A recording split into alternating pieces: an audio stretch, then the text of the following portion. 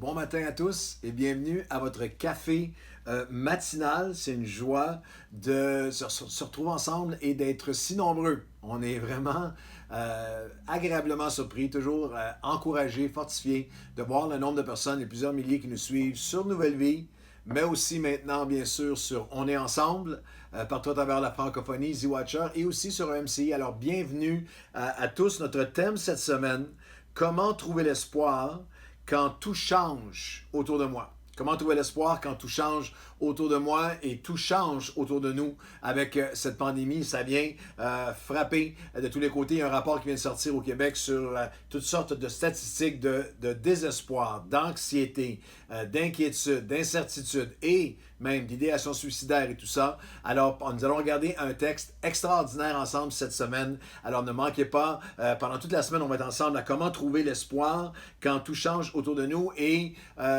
un des endroits qui peut nous rendre le plus heureux et un des endroits qui peut le plus nous faire souffrir lorsque l'espoir est perdu ou dissipé ou diminué, c'est notre maison. C'est notre famille. Alors, permettez-moi de vous offrir ce livre que j'ai écrit. On a déversé, je ne sais pas combien, de dizaines de messages sur la famille, mais en tout cas, plus de 30 ans de vie familiale, de counseling familial pastoral dans ce livre que j'ai écrit. Mon tout dernier livre, Moi et ma maison, 52 pensées pour la famille moderne. Une pensée par semaine, quelques pages avec des questions, avec des prières qui sont là pour vous aider. J'ai été encouragé par tous les courriels que j'ai reçus. Un en particulier, je ne le nommerai pas. Il a dit, tu peux me nommer, mais je ne le nommerai pas, mais il est président d'une des plus grandes associations évangéliques de France et il m'a dit, il m'a écrit, j'ai lu ton livre d'une page, d'un couvert à l'autre et mot à mot, je le cite, je voudrais que chaque famille de chacune de nos églises puisse avoir ce livre-là dans leur maison. Alors, je pense que ce livre peut être une bénédiction pour vous. Vous allez tout simplement sur Amazon avec Claude Hood ou sur ma page Facebook personnelle et vous allez avoir toutes les infos pour commander le livre par Amazon et l'avoir chez vous en quelques jours. Dans cette saison de pandémie, où est-ce que tout change autour de nous, nous avons des choix. On a le choix de s'agiter, on a le choix de s'aigrir, d'être rempli d'aigreur, de colère. On a le choix d'abandonner, on a le choix de s'attaquer mutuellement. Et ça, il y a beaucoup de chrétiens qui font ça en ce moment, qui se divisent sur toutes sortes de sujets périphériques en ce moment à notre cause. On a le choix de laisser notre foi s'atrophier, la foi qui diminue, qui s'éteint, et où on a le choix de s'approcher de Dieu, d'apprendre et de le laisser accomplir son œuvre en nous aujourd'hui parce que à travers cette COVID et à travers toutes nos épreuves, il y a toujours un dessein de Dieu, un plan de Dieu parce qu'il n'y a que l'épreuve et l'expérience qui peut nous équiper pour les exploits que Dieu a préparés pour nous. Je vais le répéter, il y a seulement l'épreuve et l'expérience à travers l'épreuve avec Dieu qui peut nous équiper pour nos exploits. Dans n'importe quelle sphère de la vie. Je pense juste à tous ceux qui regardaient en ce moment le podcast, vous avez des enfants, des jeunes enfants. Il y a toujours une différence entre les manuels, les intentions avant, entre la théorie et la pratique. Encore récemment, il y a un jeune couple là, qui était pour avoir leur premier enfant et on dit à Chantal et moi, on lit plein de livres avant-gardistes et tout, et on dit, nous, le choix est décidé, on va prendre, c'est juste un choix parmi un aspect, mais on va prendre les couches en tissu, qu'on va laver, on ne veut pas de couches jetables, on est contre les couches jetables, l'environnement pour le bébé, etc., etc., etc.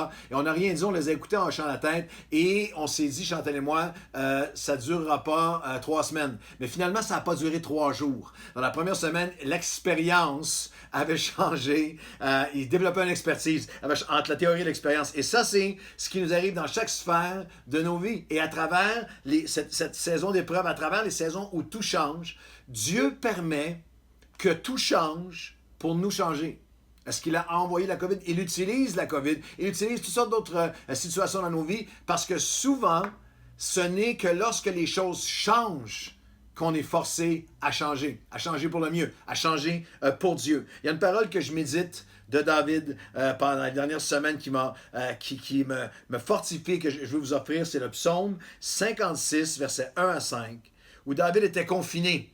Et il dit, quand je suis confiné, quand je suis harcelé, quand je suis tourmenté, à tous les jours, je suis en guerre et les ennemis sont nombreux. C'est comme ça qu'on se sent face à cette pandémie, à tous les jours. Mais il dit, je me confie en Dieu et voici la phrase clé, je triompherai si j'apprends à avoir confiance en ses promesses. Je triompherai si j'apprends à avoir confiance en ses promesses. Je veux vous aider à développer votre confiance en Dieu. Comment trouver l'espoir lorsque tout change autour de moi? Et on va regarder un texte et une image extraordinaire pour aujourd'hui les 2 prochains cafés matinaux dans Deutéronome chapitre 32 où c'est le dernier message de Moïse. Moïse est l'ami de Dieu. Et c'est ses dernières paroles. Toutes les paroles de Moïse sont significatives, mais c'est son message ultime. Et lorsqu'il cherche, il parle à des gens qui sont agités, à des gens qui sont troublés de tous les côtés, qui sont en changement. Le contexte de Deutéronome 32, c'est qu'ils sont en transition de ce qu'ils avaient connu à aller vers la terre promise. Toutes leurs habitudes sont changées. Changement dans leurs habitudes. Il y a bouleversement dans leur sécurité, dans leur économie, même dans leur travail. Ils avaient été des éleveurs. Ils vont devenir des cultivateurs dans la terre promise. Tout leur barème, tous leurs points de repère sont bouleversés, doivent se réinventer. Et ils ont plein de questions. Combien de temps que ça va durer encore? Que sera le nouveau normal? De l'autre côté, comment allons-nous traverser? Et c'est un texte où Dieu utilise Moïse et ses dernières paroles. Et il va utiliser cette métaphore, ce portrait, comme l'aigle, pareil à l'aigle, ainsi Dieu vous.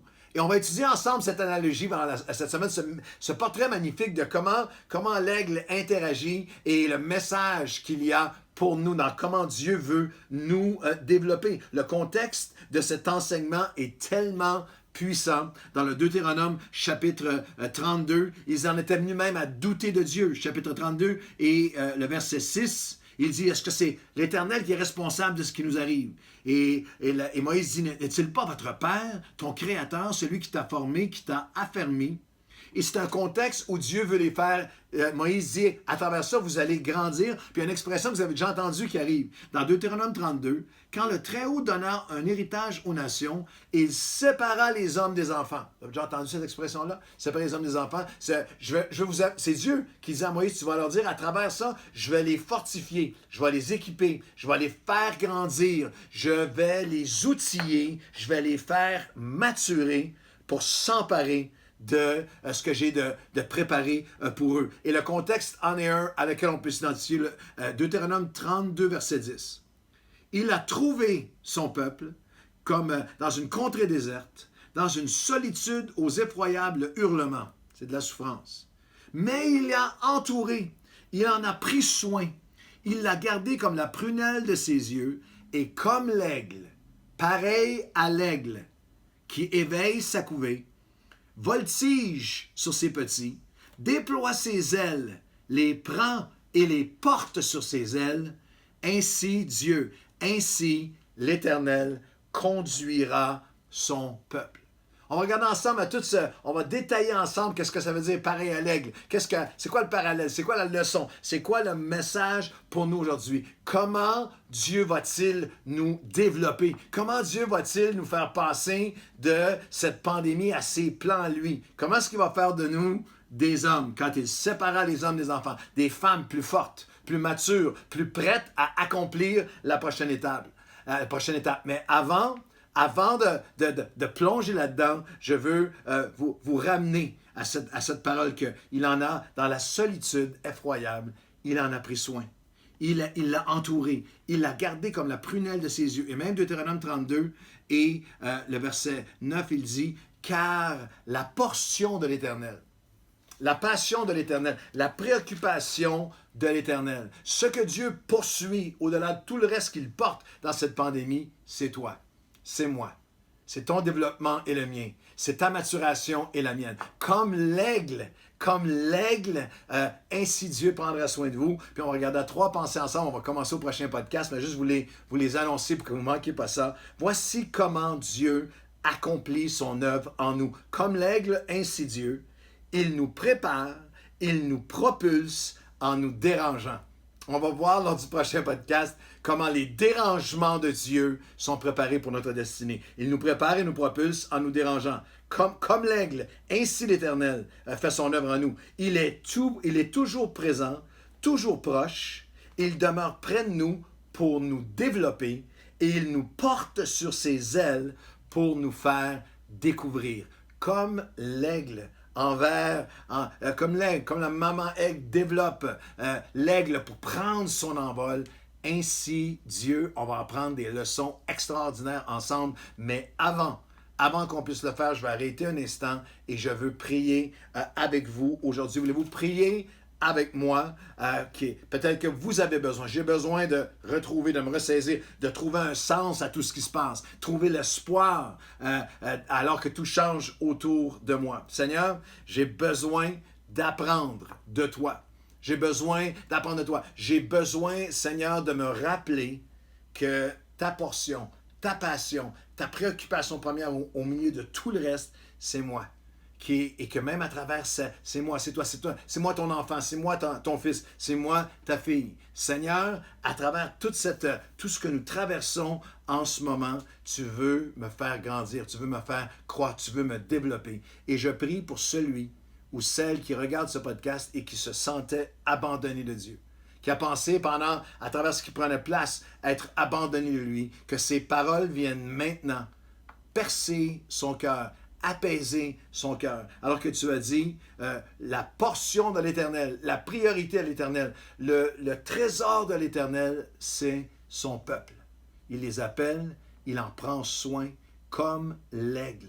Comme l'aigle, il en prendra soin, il éveillera son peuple, il les couvrira, il les portera et il les dirigera. Seigneur, nous déclarons par la foi que tu sépares les hommes des enfants, tu sépares les femmes des enfants. Tu veux nous prendre un état, Seigneur, où nous sommes et nous amener à un nouveau niveau de maturité, de force, de capacité, de compréhension et d'accomplissement. Cette pandémie prépare tes plans dans nos vies. Nous le recevons et nous voulons le vivre aujourd'hui dans le nom de Jésus. Amen et amen. Comme l'aigle, ainsi le Seigneur. Venez découvrir ce que ça veut dire avec moi dans le prochain podcast. Bonne journée.